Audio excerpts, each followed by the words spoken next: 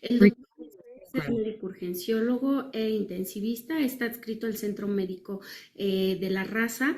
También es coordinador de Latinoamérica e instructor del Primary Trauma Care. Tiene una amplia formación en el paciente politraumatizado y en el paciente grave. Y Moy, te agradecemos muchísimo que nos hayas dado que nos vayas a dar esta sesión el día de hoy, el ABC en el paciente politraumatizado, que como todos sabemos, pues los primeros cuidados que se le dan al paciente con trauma son los que van a tener o que nos va a dar el resultado en cuanto a evolución, a rehabilitación del paciente politraumatizado.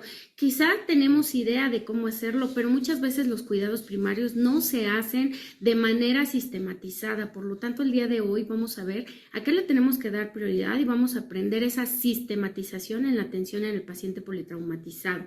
Muy, muchísimas gracias por el día de hoy, te agradecemos muchísimo y bueno, adelante con esta plática que nos vas a dar. Muchísimas gracias.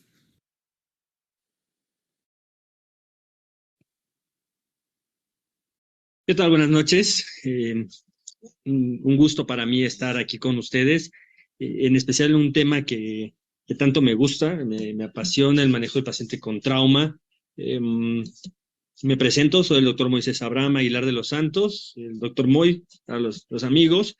Ya me presentaron, les cuento un poco, soy especialista en medicina de urgencias, egresado del Hospital General de la Raza, especialista en terapia intensiva, también egresado del Hospital de Especialidades de la Raza. Cuento con diplomados en traslado de paciente crítico, en aeromedicina, manejo de la vía aérea difícil, ultrasonografía crítica y actualmente ya por concluir, maestría en educación basada en competencias y una maestría en dirección hospitalaria. Sin embargo, creo que lo que más me encanta de todo lo que hago en mi trabajo es esto, el trauma. El manejo del paciente politraumatizado, ese paciente que nos representa un reto porque es muy visible sus lesiones, es muy notorio que hace falta, es un paciente que se nota mucho la lesión, que puede generar que uno entre rápidamente en pánico, se estrese, se desconcentre en lo que tiene que hacer, y por eso, porque a todos nos pasa, y podremos tener la experiencia, podrán tener años, podrán ser nuevos, o tener cursos, y lo que ya sea, pero siempre todos nos dan esos nervios, esa emoción, ese sentimiento raro que nos presenta cuando tenemos al paciente frente, ¿no? Yo pertenezco a la Sociedad Mexicana de Anestesiología en Trauma, una sociedad que me ha dado mucho, grandes personas ahí, todos súper preparados, muchos grandes maestros, entre ellos la doctora Arisbe, y bueno, actualmente cuenta con un curso que es el Primary Trauma Care, en donde vemos todo esto y lo estandarizamos, y es justo lo que vamos a hablar, ¿no? Dentro de ese curso, yo soy representante en Latinoamérica de lo que estamos realizando en ese trabajo. Así que, bueno, vamos a hablar de este tema, sin más preámbulo. Me gusta presentar esa diapositiva muchas veces. El paciente con trauma es así. Se nota que necesita la ayuda. No es un paciente que no se queje o a veces que no se note que le falta algo. Es un paciente que nosotros vemos y sabemos que necesita ayuda. Vemos mucha sangre, vemos muchas lesiones, vemos muchas estructuras que nos pueden generar ese estrés. Y cuando vemos un equipo de trauma atendiéndolo, pareciera que es un desorden lo que se está dando ahí. Pareciera que son muchas personas que están cada quien haciendo trabajos individuales y eso es lo que está ayudando al paciente y lo que lo está salvando. Sin embargo, el manejo del paciente con trauma es como dicen algunos maestros, es una danza coordinada. Cada quien lleva un paso, puede llevar un paso distinto, pero todos están trabajando hacia un mismo fin y todos están realizando labores ya estructuradas, ya establecidas. No se trata de individuos que son el experto en acceso vascular, el experto en trauma de tórax, el experto en vía aérea. Es el equipo de expertos, el equipo experto en el manejo. Y se conjuntan entre ellos y logran hacer ese enlace, ese conjunto y lograr trabajar. En esta imagen, en mis presentaciones, los he dicho algunas veces, si ustedes se fijan ahí, en el fondo, así distorsionado, perdido, ahí entre todo lo que ven de la imagen, se ve un A, B, C, D, E. Y se ve un orden, se ve un equipo. Y vamos a ver esta presentación y les aseguro que con el tiempo, cuando la volvamos a ver, van a encontrar eso que les comento. ¿Por qué A, B, C, D, E? La evaluación del paciente con trauma la dividimos en dos. En una evaluación primaria y en una evaluación secundaria. La evaluación primaria es aquella evaluación dirigida, que tiene como enfoque, como objetivo, el identificar lesiones que atentan contra la vida de nuestro paciente. Nuestros pacientes con trauma fallecen hay tres puntos en su atención en donde fallecen. Número uno, los pacientes que fallecen en el sitio, los pacientes que tienen lesiones incompatibles con la vida, lesiones de grandes vasos, grandes lesiones craneales o del tórax o de la vía aérea, que en cuestión de segundos o minutos el paciente fallece. No da tiempo ni siquiera que el servicio prehospitalario haga algo.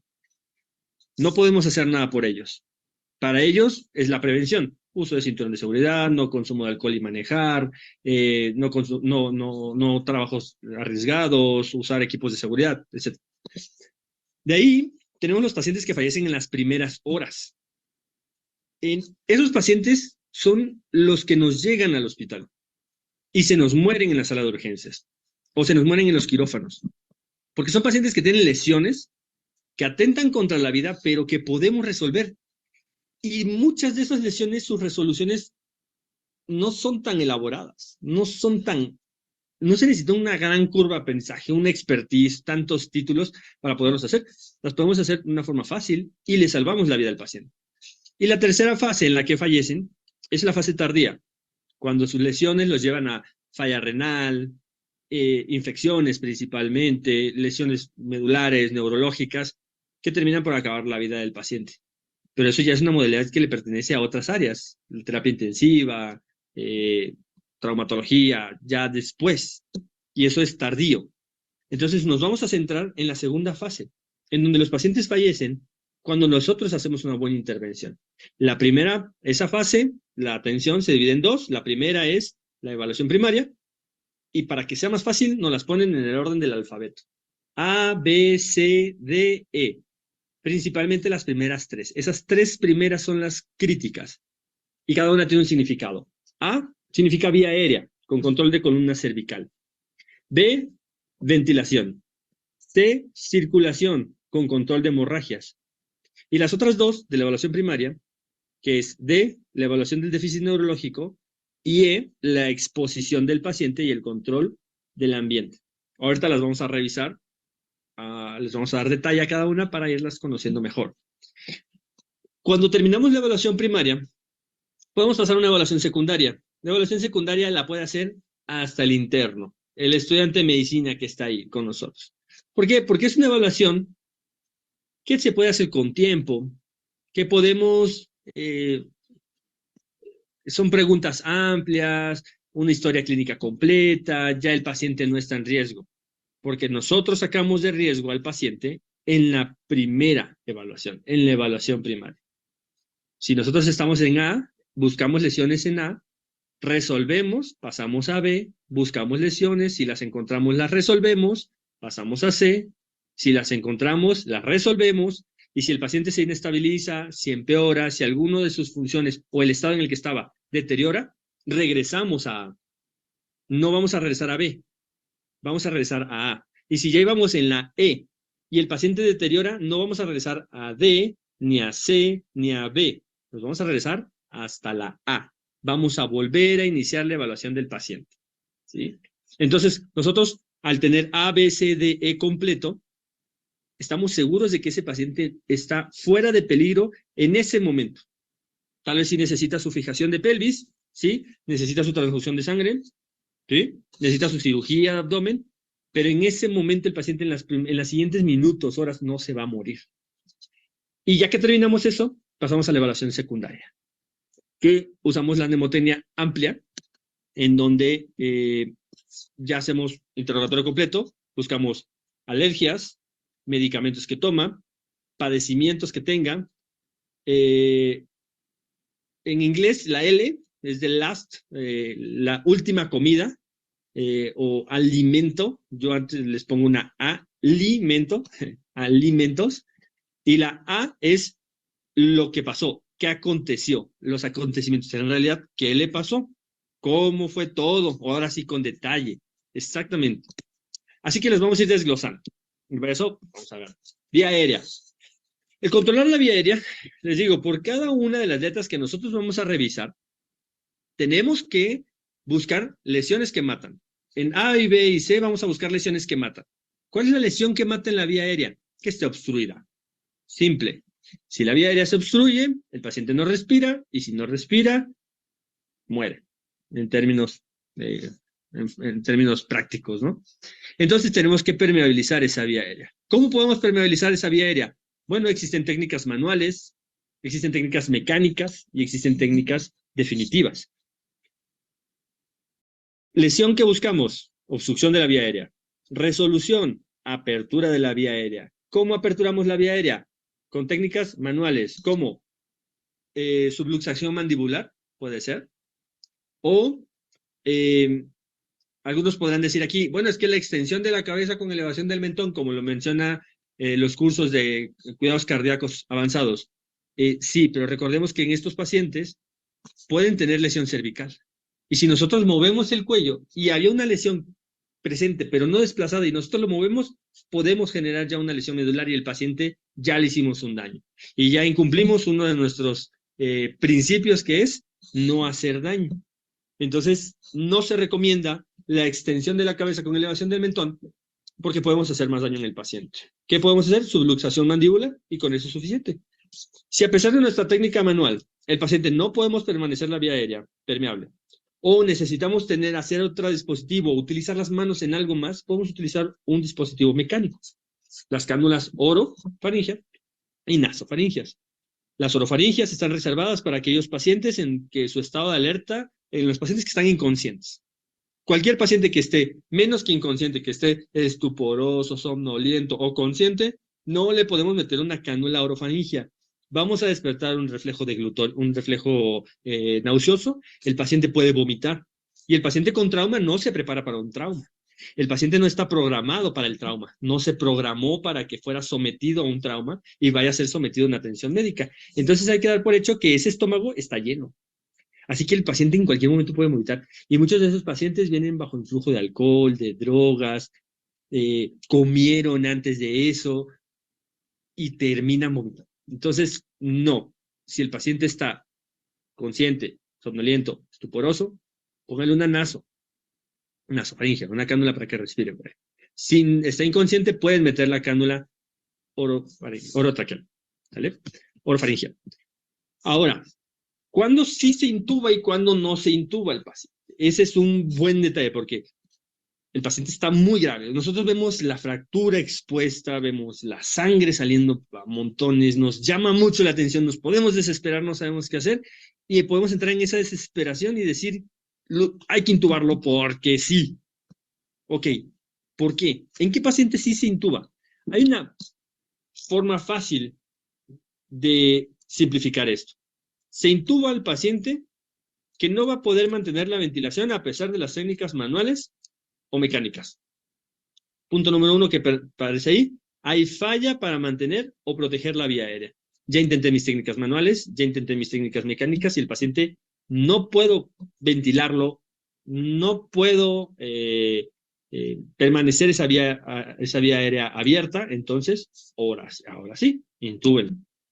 ¿Por qué? Porque a pesar de que yo lo estoy ventilando con una cánula y con mascarilla y con presión positiva, el paciente no mejora la saturación, porque tal vez fue un trauma de tórax, que sabemos que está haciendo una contusión pulmonar, está inflamándose y eso va a evitar o va a disminuir el intercambio gaseoso en el pulmón. Entonces, necesito presión positiva directa, entonces sí hay que intubarlo. O cuando hay que anticipar el curso clínico. En trauma se incluye el paciente quemado. Y el paciente quemado principalmente el de quemadura de la vía aérea, el que quedó encerrado, el que estuvo expuesto a flama, a fuego, a humo, y ese calor que estuvo respirando le quema la vía aérea. Así como cuando, no sé, probamos la sopa y está caliente y nos quema la lengua y se nos inflama y nos duele, lo mismo le pasa en todo el árbol tráqueo. Entonces, toda la vía respiratoria se quema y se inflama. ¿Qué va a causar esto? Problemas en la difusión de gases, problemas en el flujo aéreo, pero a nivel de glotis, esa quemadura va a llegar a cerrar la vía aérea, tanto de la vía aérea superior, la vía aérea inferior. Entonces, si sabemos que el paciente tiene datos de quemadura de la vía aérea, brisas nasales quemadas, esputo carbonáceo, quemadura de la vía, de la boca, de la nariz, que estuvo expuesto a altas temperaturas, que quedó encerrado en el fuego, que estuvo expuesto a fuego directo, esos pacientes tuvieron quemadura de la vía aérea. Si no lo intubas en un inicio, la inflamación va a ir progresando y cuando el paciente ya te dé manifestaciones de que necesita una intubación, tal vez ya sea demasiado tarde, o lo tengan que intubar con un tubo tan pequeñito que va a ser un problema ventilarlo. Y terminamos metiéndole un tubo 6. Y luego cuando lo conectamos al ventilador, las presiones se están elevando mucho y podemos generar problemas por barotrauma, es un problema ventilarlo, luego el paciente hace CIRA. Anticípense e intuben. Otro caso, el paciente con un arma, con una herida por proyectil de arma de fuego en el cuello, o un arma punzocortante, o un trauma directo en el cuello, y ese paciente empieza a hacer un hematoma expansivo. Todos han oído seguramente, o han escuchado el primo de un amigo que le pasó, o les ha pasado, un catéter, se pone, se pica la arteria hace un hematoma, el hematoma empieza a extenderse, desplaza la vía aérea y le cierra la vía aérea y el paciente puede fallecer.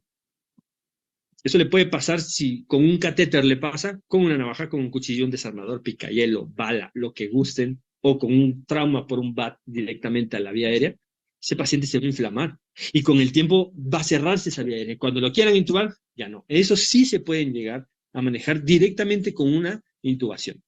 Eso se requiere una curva de aprendizaje, no es difícil, hay que hacerlo, hay que aprender a hacerlo, principalmente los que están en áreas críticas, porque eso salva vidas. La A tiene sección A.1 y A.2, ¿no? Y la A.1 era la apertura de la vía aérea, la A.2, no sé si es correcto, pero entendemos, ¿no? La A.2 habla sobre control de la columna cervical. Lo que les decía, no podemos hiperextender al paciente porque lo podemos dañar, entonces hay que sospechar que el paciente tiene lesión de columna cervical en todos. Y esa es una muy común pregunta que genera mucha duda, porque a muchos nos enseñan que todo paciente con politrauma lleva collarín porque hay que sospechar lesión. No, no en todos. E incluso poner el collarín siempre puede resultar malo para el paciente. ¿Qué tan útil es el collarín? El collarín por sí solo no da un gran soporte. El collarín por sí solo da un soporte alrededor de un 70-75% por muy bueno que sea. Es más, le pueden poner collarín, lo pueden poner una tabla larga, le pueden poner fijadores de los bloques laterales, los fijadores de cráneo, y aún así el paciente jamás va a llegar a tener una inmovilización del 100% del cuello. Lo ideal es disminuirla, porque así disminuimos el riesgo de que se presente una complicación. Pero no debe ser de rutina. ¿A quiénes se les deben de poner? Bueno, existen criterios que se utilizan para determinar a quiénes se les debe o no realizar una radiografía de cuello cuando tienen una lesión o un accidente o un traumatismo.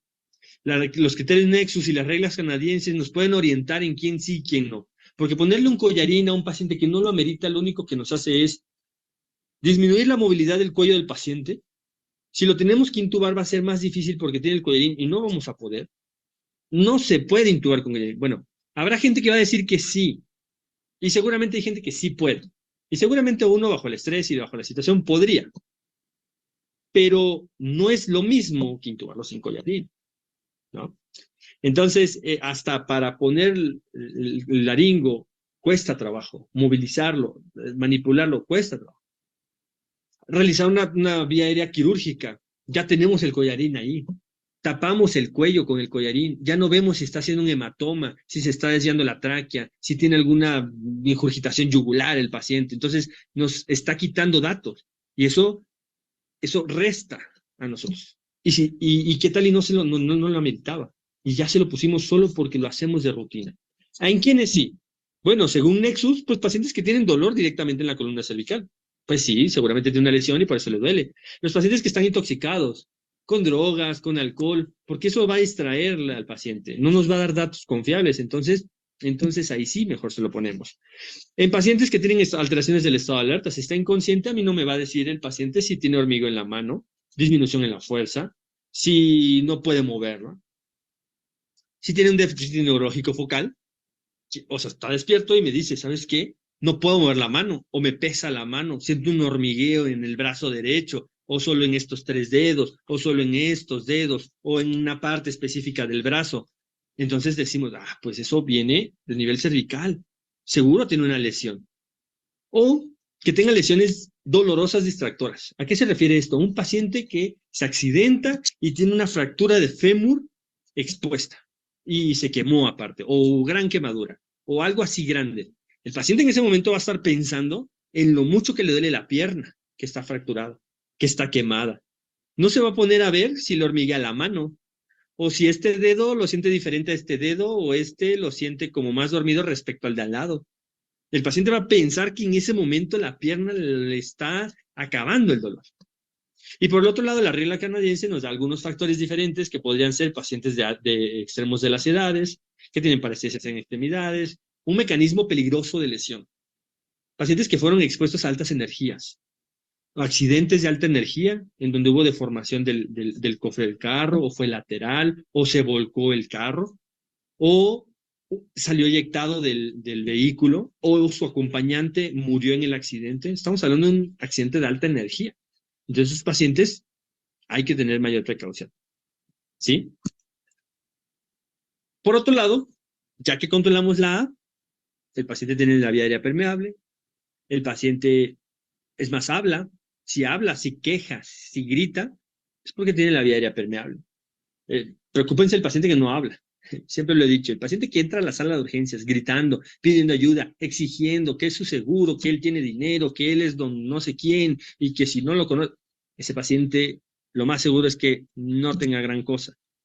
Está neurológicamente íntegro, puede caminar, puede hablar, pero el paciente que está callado, el paciente que no molesta, el paciente que no hace ruidito, ese cuidado, porque ni te avisa, ese paciente tal vez ya está muy mal. Ya que controlaste la A, y ojo, no agrega oxígeno para todos tampoco. El oxígeno tampoco es ley en el paciente con politrauma. El oxígeno se reserva a aquellos pacientes que su saturación baja, nada más. ¿Cuánto baja? Por abajo del 90%, por abajo de 92% si quieren.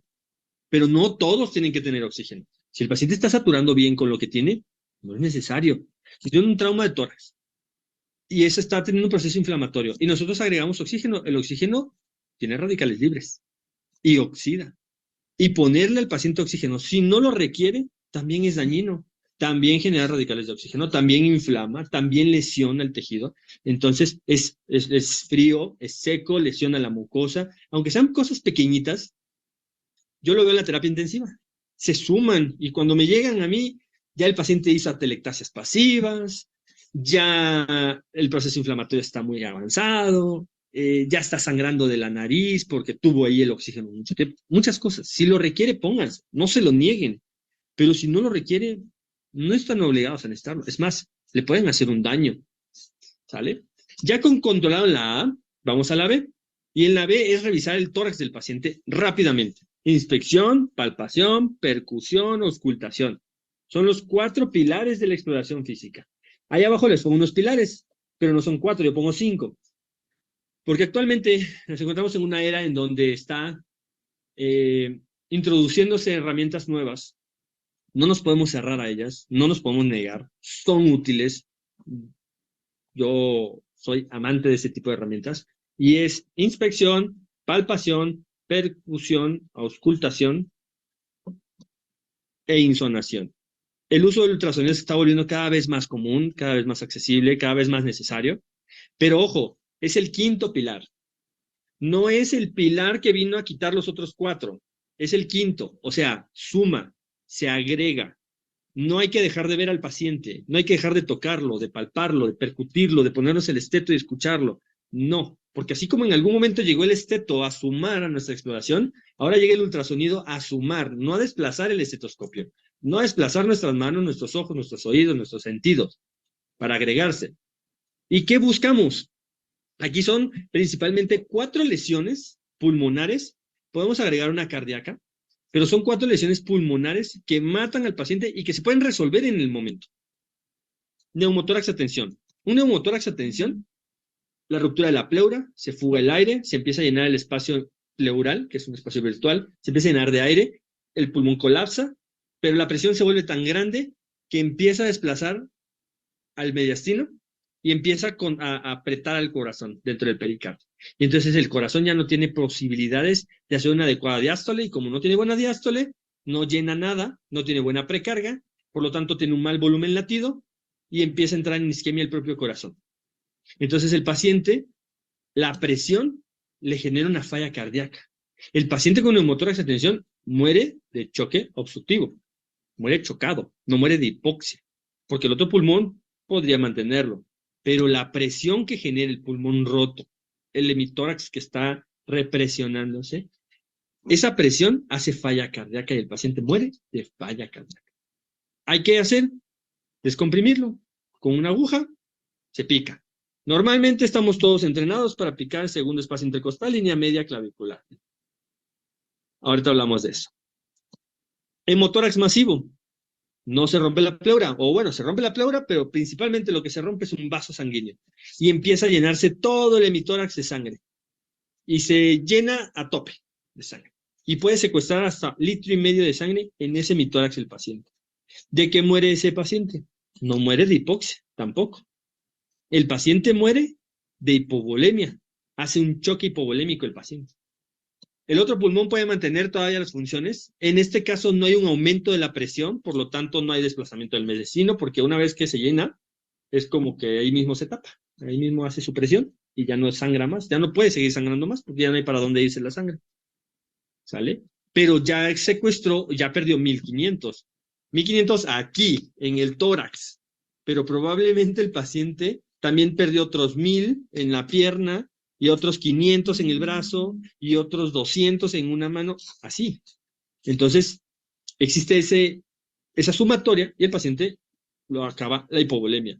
¿Qué hay que hacer con eso? Drenarlo, para permitir la reexpansión de ese tórax y ese pulmón, ¿sí? Posteriormente tendrá que hacerse una exploración quirúrgica si es necesaria, pero en ese momento se puede drenar ese pulmón. El neumotórax abierto, un paciente que tiene una lesión torácica en donde se abre un agujero y permite la comunicación entre el espacio pleural y el ambiente, el medio ambiente. Y pasa lo que dice una canción muy famosa. El paciente está respirando por la herida.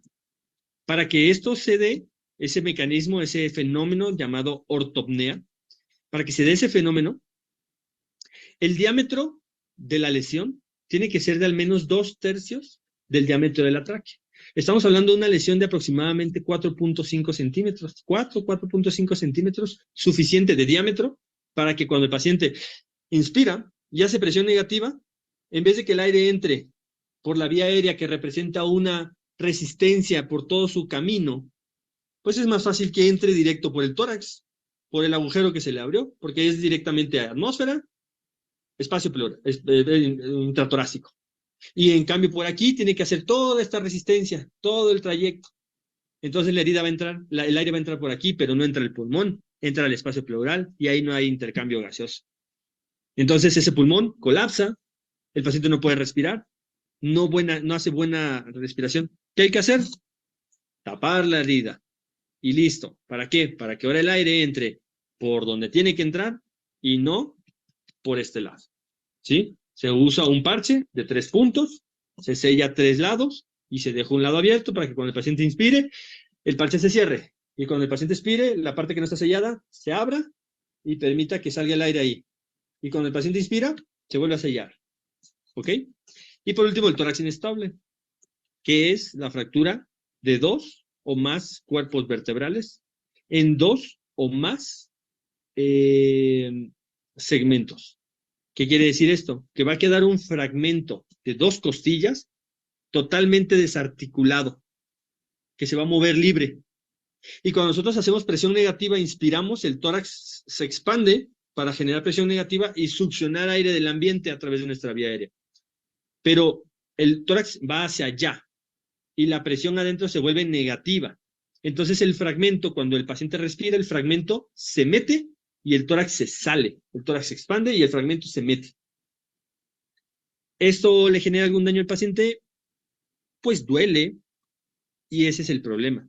Que se estiran los nervios, que se estiran los vasos, el periósteo, raspa el hueso, se está dañando ahí mismo, y eso duele, al paciente le duele mucho. Entonces, ¿qué hace el paciente? Con tal de que no le duela, su respiración empieza a volver un poco superficial. Respira más rápido, pero superficial. ¿Y qué está generando eso? Que el paciente, al no tener una buena ventilación, no hace un buen intercambio gaseoso y empieza a retener CO2. Y el paciente cae en hipercapnia, más lo que esto lo lleve, que es acidosis, hipoxia. ¿Por qué? Porque el paciente no está respirando adecuadamente. ¿Por qué? Por el dolor. Es el dolor lo que lo está dañando al paciente. Y la lesión que podemos agregar cardíaca es el tamponade cardíaco. Líquido en el pericardio. Y esto va a generar el mismo fenómeno que generaba el neumotórax a tensión. Presiona el corazón, no tiene adecuada diástole, no llena bien y a la hora de eyectar, no tiene que eyectar porque no está llenando bien. ¿Sí? Trauma de tórax es un tema enorme. Por eso no lo puedo tocar tan ampliamente, lo mencionamos, pero necesitamos una sesión sola de trauma de tórax para hablar de cada una de ellas, su fisiopatología, su resolución, porque realmente el trauma de tórax es el que más mata a los pacientes. Es el más común de los que mueren, la mayoría mueren por trauma de tórax en la hora que estamos hablando, en la segunda fase de muerte de los pacientes. Por lo tanto, es un tema que merece su propio tiempo. ¿Sale? Ahora, sobre lo que hablábamos, ¿no? Todos sabemos que se descomprime según el espacio intercostal, línea media clavicular, aguja, presiona y todos decimos que suena pss. La realidad es que quienes lo hemos hecho, no suena. Es raro que te suene. Sinceramente, a mí nunca me ha pasado que suene. Sí lo pongo, pero a mí me gusta ponerlo con una jeringa, con agua, meterla para que burbujee en ese momento y empiece a ver el burbujeo. Eso sí, lo que sí puede pasar es que si ponen la jeringa, le ponen agüita, meten la aguja y cuando toca el aire empieza a burbujear. Lo que sí puede pasar es que el émbolo lo levante. De la presión que hay, levante el émbolo de la jeringa. Lo he visto, tengo videos donde ha pasado eso. Yo tengo residentes a mi cargo y me ha llegado a topar que me entreguen eso y pues ya sabrán, ¿no? Bien contento, yo llegando a la guardia, veo eso, ya, con gusto, lo vemos, ¿no? Entonces, eso sí puede pasar, pero bueno, que suene, que a algunos les sonará, qué padre, porque así se cree que pasa, pero el objetivo de esto es picar en esta parte. Se empezaron a hacer estudios. Vivimos en una época en donde cuestionamos todo. Y eso nos ha permitido hacer grandes avances. No es malo cuestionarnos todo, bajo el método científico. Y entonces empezamos a ver que muchas veces, y sí ha pasado, los que lo hemos hecho nos ha pasado, que picamos y la aguja nunca da retorno de aire. Pero el paciente tiene un neumotórax, es franco un neumotórax. Y hasta que tenemos que ponerle la sonda, porque tenemos que hacerlo rápido para poner la sonda, no es lo correcto. Pero cuando ponemos la sonda y rompemos la pleura con la pinza, así sale la presión que baña de sangre a quien esté ahí y al que esté atrás y mancha la pared y el techo. Porque es mucha la presión que se libera cuando rompemos, pero esa presión la debimos haber liberado por punción. Pero ¿qué pasaba? Era un paciente muy obeso o una paciente con las mamas muy prominentes y entonces cuando queremos picar, la aguja no llega a la pleura. Y entonces no logramos funcionar el sitio que debemos de funcionar y no lo resolvemos. Entonces eso no es correcto. Por lo tanto, empezaron a hacer estudios, a hacer mediciones por tomografía y vieron, en conclusión, que es mejor realizar la punción del paciente en la línea axilar anterior Entre el cuarto y quinto espacio intercostal, justo donde ponemos una sonda endopleural, más o menos. Entre el quinto y sexto, cuarto y quinto, por ahí. ¿Por qué?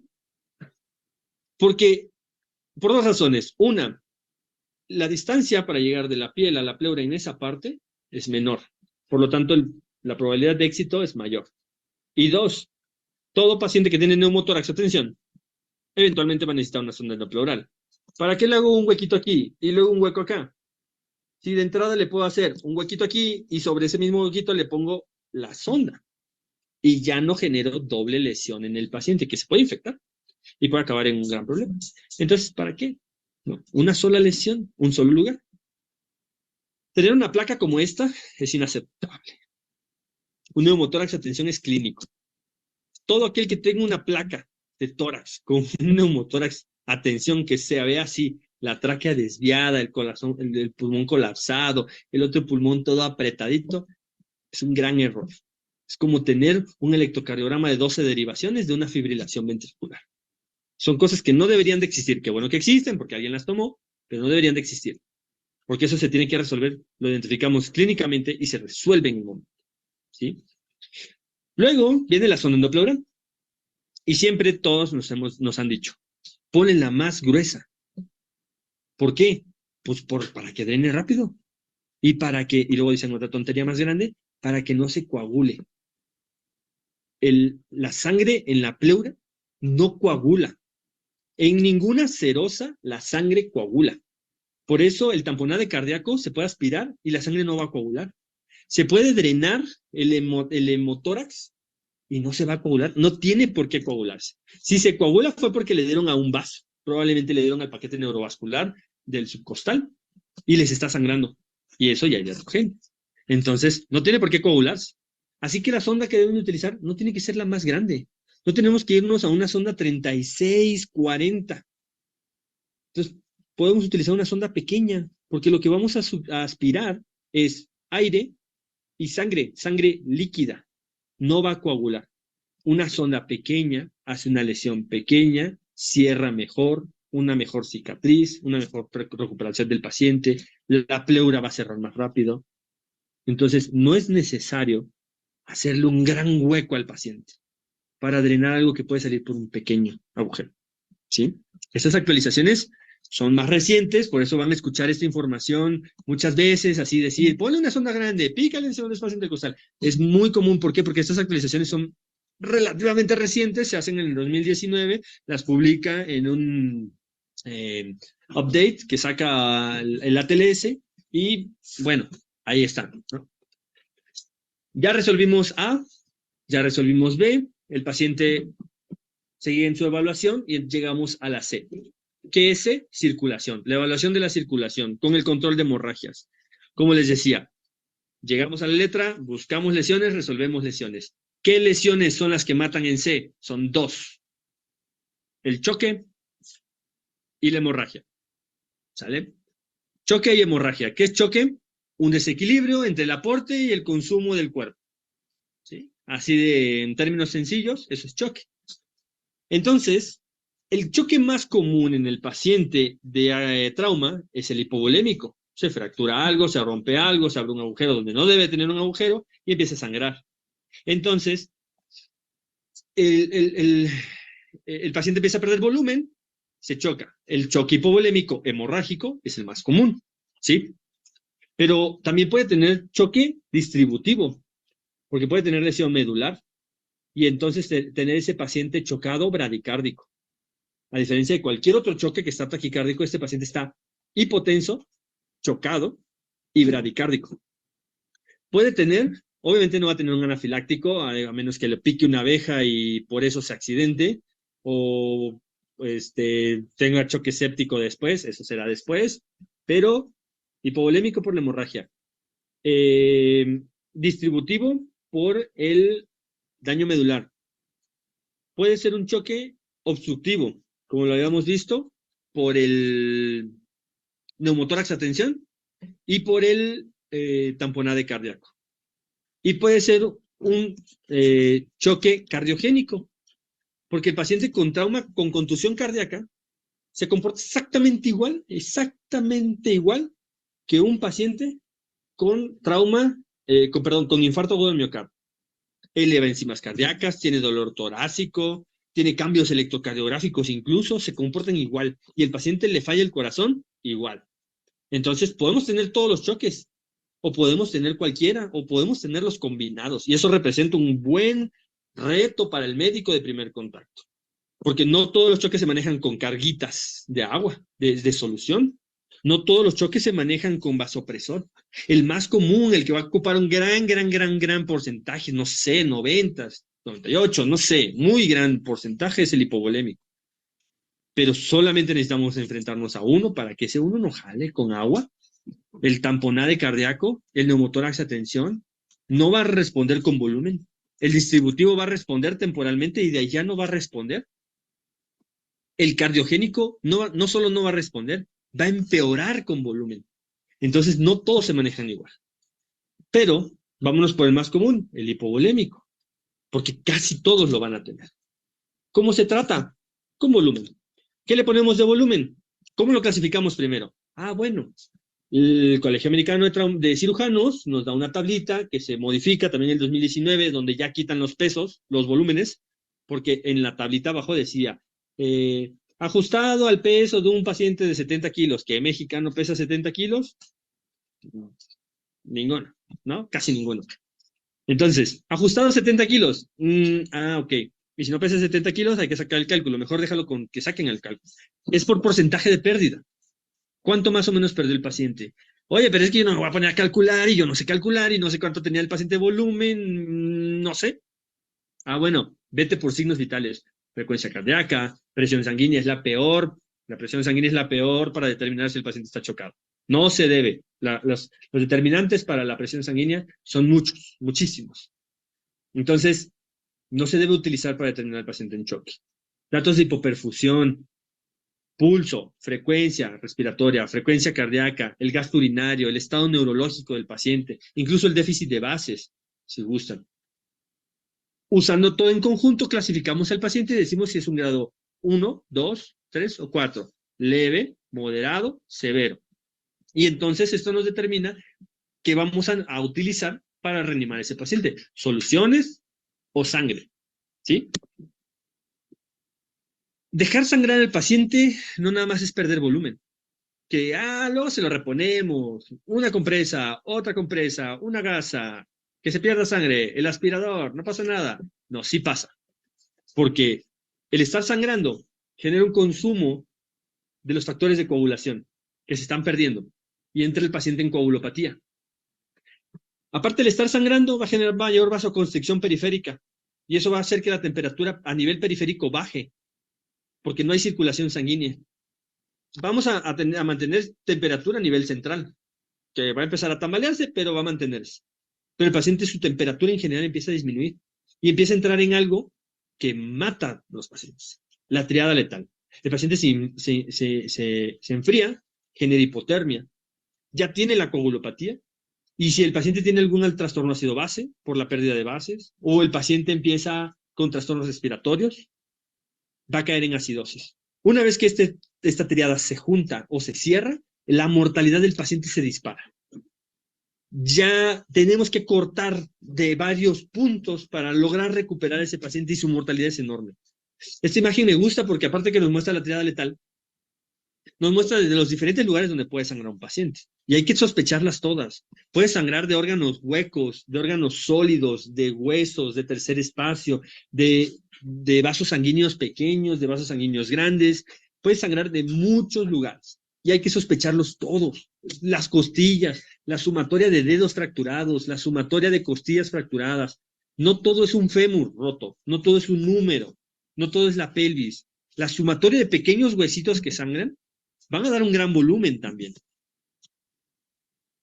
Y como les decía, no se lleven por la TEA. Un paciente hipertenso con 150 está chocado, porque toda su vida ha vivido hipertenso, no se toma los medicamentos, porque toma semilla de chía y la tía le dijo que tomara baños de sol. Y eso le controla la TEA. Entonces, él vive hipertenso. Y cuando su TEA baja a algo que podría ser normal para cualquier otra persona, ese paciente ya no está bien perfundido. Sus curvas de autorregulación cerebral, renal, están alteradas, están desplazados hacia la derecha. Por lo tanto, un paciente se le baja tantito la TEA y ya no perfunde.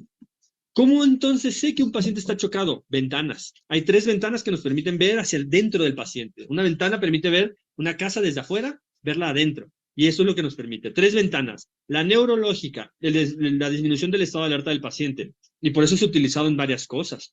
En la tablita que veíamos anterior estaba. En el Quick SOFA se pone. En las evaluaciones iniciales en prehospitalario las utilizamos muchísimo. 2, la perfusión urinaria, que el paciente esté orinando. Si el paciente está orinando, significa que ese riñón está siendo perfundido. La meta de 65 de media la pusieron los riñones, porque son los órganos más chillones, son los primeros que claudican cuando la TA baja, y son los que protegemos cuando en realidad decimos que queremos una meta mínima de 65, ¿sí? Esto se puede ver alterado si el paciente tiene un trauma de abdomen y tiene incremento en la presión intraabdominal. Entonces, por eso hay que evaluar pacientes, no números. Si el paciente tiene un trauma de cráneo con un hematoma que está creciendo, la presión intracraneal va a aumentar. Entonces el cerebro ya no va a funcionar con una TA normal o apenitas bajita. Incluso una TA normal o un poquito alta puede que no le sea suficiente. Y por último, la tercera ventana, no menos importante, la piel. Es el primer órgano que se ve sacrificado, porque es lo que el cuerpo pues menos le importa. Es lo más lejano, es lo que más aguanta isquemia. Por lo tanto, podemos evaluar la piel, la temperatura, el color, el llenado capilar, los pulsos distales, cómo se sienten, si está húmeda la piel, porque el paciente chocado tiene un sudor característico que es muy espeso, pegajoso, porque es por liberación adrenérgica, no es porque tenga calor el paciente, es por liberación adrenérgica, entonces ese sudor es diferente. Los que han tenido pacientes chocados, tóquenlos, véanlos, vean que ese sudor que generan es distinto al típico sudor de un paciente con calor, ¿no? Entonces, valórenlos con esas 3 ventanas. Si encuentran alteraciones en una de ellas, el paciente está chocado. No esperen a que la TEA baje. Cuando la TEA ya bajó, ya ustedes perdieron demasiado tiempo. ¿Ok? Hay algo que se ha estandarizado mucho, el modeling score, en donde vemos la rodilla del paciente, qué tanto está avanzado este moteado, y eso nos predice incluso mortalidad. Hay estudios donde se ha comparado llenado capilar con lactato, el Andrómeda Shock, si lo quieren buscar. O si me escriben, con gusto se los puedo pasar.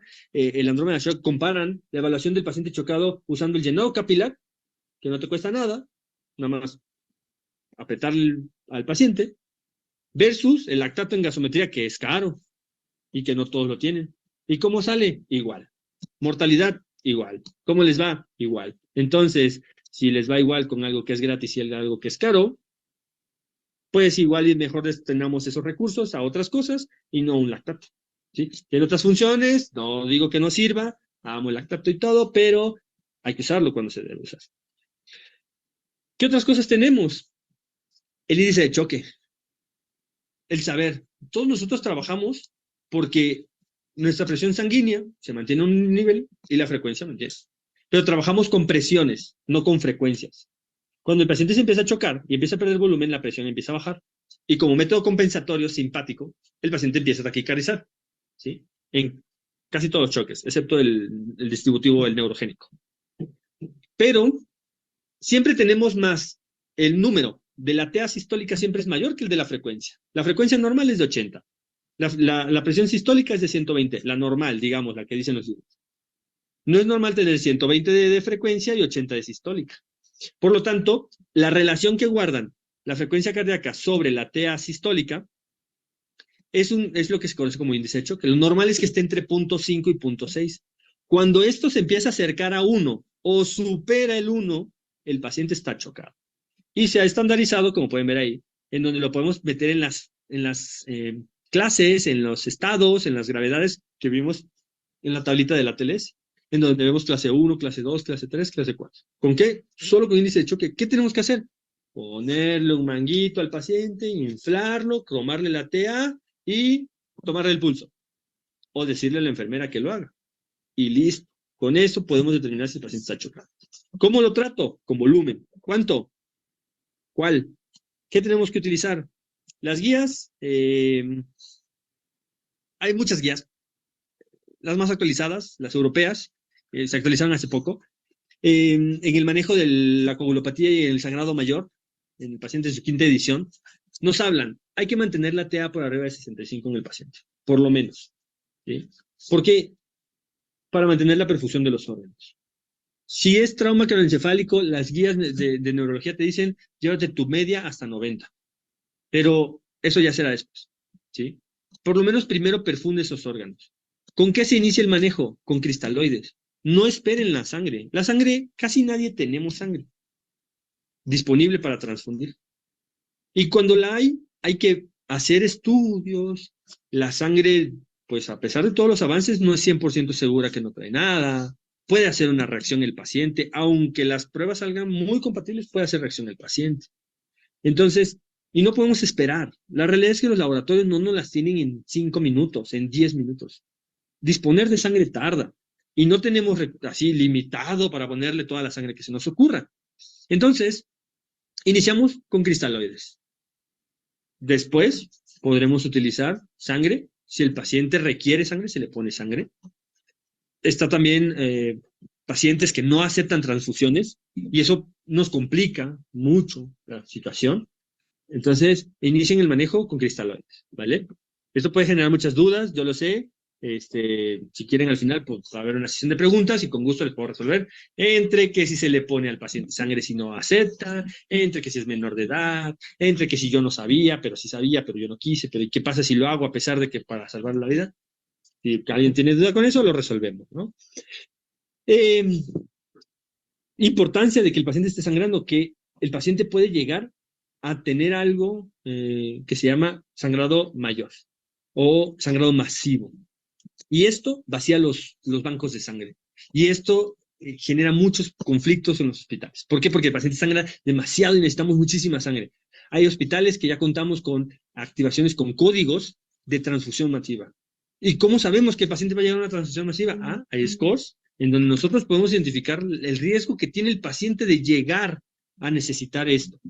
Si no dispongo de esa sangre, pido apoyo en otros sitios, busco sangre en otros hospitales hermanos o en otros hospitales donde yo tenga convenio, pero necesito sangre porque ese paciente, mis 2 paquetitos globulares que tengo O positivo ahí en reserva, no me van a ser suficientes.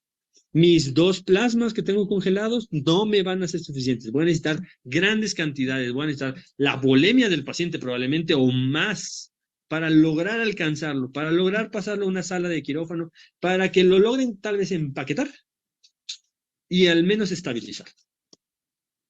Las hemorragias se controlan, depende del sitio. No es lo mismo controlar una hemorragia en una extremidad donde se puede poner un torniquete, un torniquete adecuadamente colocado, o en los sitios de flexión, como ingles, cuello, axilas, en donde un torniquete es imposible.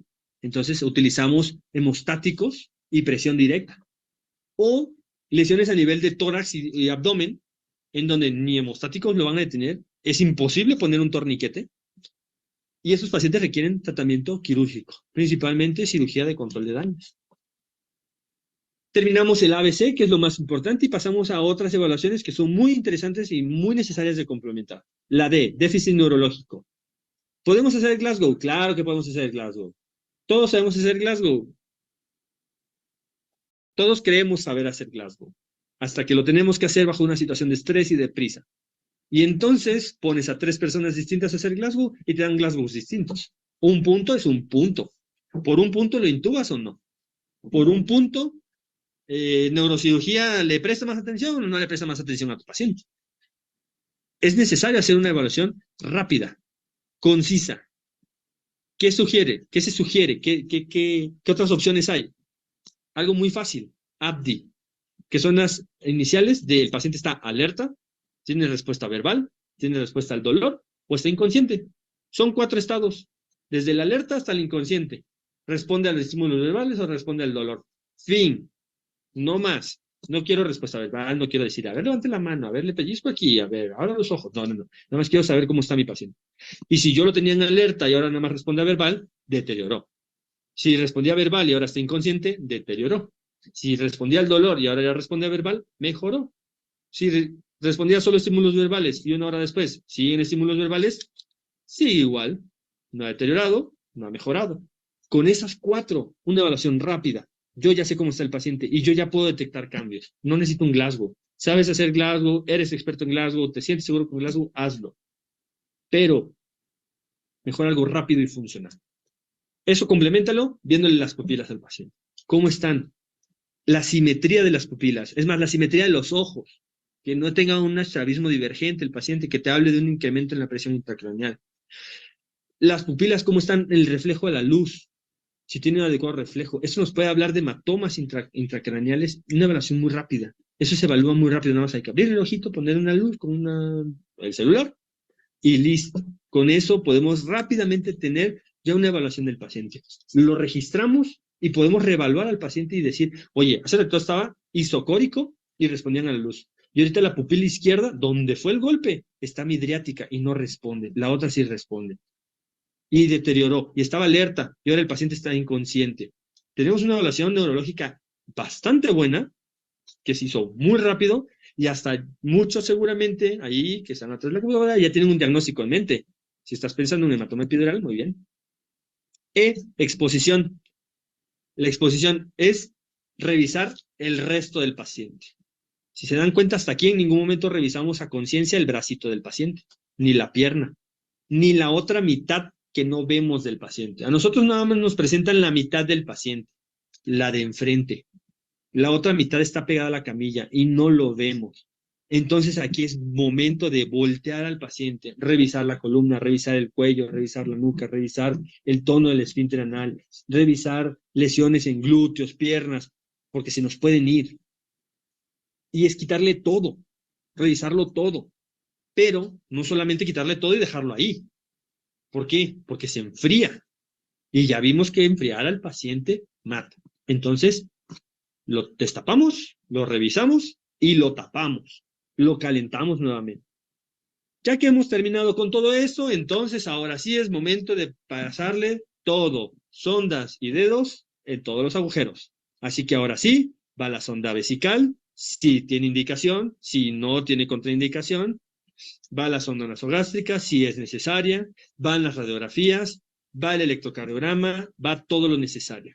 El paciente ahorita no se me va a morir en los siguientes minutos. Ahora sí es momento de ponerle todo lo que se le tenga que poner adecuadamente.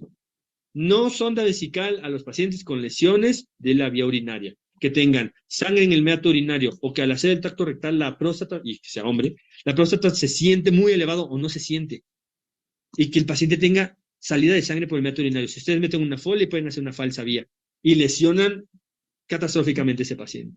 Nasogástrica, ¿en quién no? En el paciente con trauma de cráneo con sospecha de fractura del piso anterior, que tenga ojos de mapache, que tenga salida de líquido cefalorraquídeo por la nariz. Entonces, si ustedes ponen una sonda nasogástrica, esas cosas pasan. Ahí está la radiografía, ahí está la tomografía. Se la van a enrollar y la van a meter, y sí, va a drenar, pero va a drenar líquido cefalorraquídeo. ¿Sí? Placas a quienes se les tengan que tomar, las necesarias, todo. Podemos usar el ultrasonido, ese es otro tema muy amplio. Días y días podríamos hablar de ultrasonido, pero se puede hacer y tenemos especificidades y sensibilidades muy altas, muy buenas. Hay secuencias de ultrasonido, hay protocolos, no todo es fast, se pueden hacer protocolos muy amplios, muy completos, donde podemos ver de dónde viene el choque del paciente, nos ayuda a identificar si es un choque cardiogénico, distributivo, hipovolémico, y agregar más información, mejorar la exploración de nuestro paciente. El protocolo de FAST, ampliamente conocido, lo inventaron los cirujanos, lo utilizamos todos actualmente, que busca líquido libre en tórax y en abdomen. ¿Tiene o no tiene? Así de sencillo. Y volvemos al inicio, la imagen que les presentaba. Ahora ya pueden ver ahí dónde está A, dónde está B, dónde está C. ¿Ya vieron? Ahora sí, lo identificamos. Ya no se ve un desorden, es la misma imagen. Pero ahora ya sabemos quién está haciendo cada quien su trabajo. ¿Dónde están atendiendo la vía aérea? ¿Dónde la están permeabilizando? ¿Dónde están la ventilación? Ahí tienen una sonda pleural ya conectada. ¿Dónde le están pasando volumen? Ya tienen monitorización, ya tomaron signos vitales, ya están tomando un trazo allá, electrocardiográfico, ya tienen un acceso vascular, hay alguien que está registrando de este lado. Está todo. Parecía un desorden. Ya tiene una sonda Foley, ya están viendo la orina, están viendo que está bien perfundido. ¿Ya vieron? Y amplia, lo que les decía, alergias, medicamentos, patologías, alimentos y el medio ambiente, o ante lo que pasó, o sea, cómo fue, qué le sucedió, de dónde se cayó, qué le golpeó, cómo se quemó. Yo agradezco mucho realmente la invitación. Es para mí un gusto siempre dar este tipo de temas. Es mucho, realmente me gusta mucho el tema, podría ampliarme horas, pero prefiero como darles actualizaciones, lo que se conoce, lo que hay, y que conozcan todo esto para que despertar esa curiosidad. Si ya surge alguna duda en el ahorita, con gusto, la atendemos. Si no, queda mi correo, está el correo también que les proporcionan aquí, donde pueden mandar sus dudas, y con gusto podemos platicarlas, discutirlas, podemos ver información. Estoy para servirles, les agradezco mucho y les deseo una muy buena noche.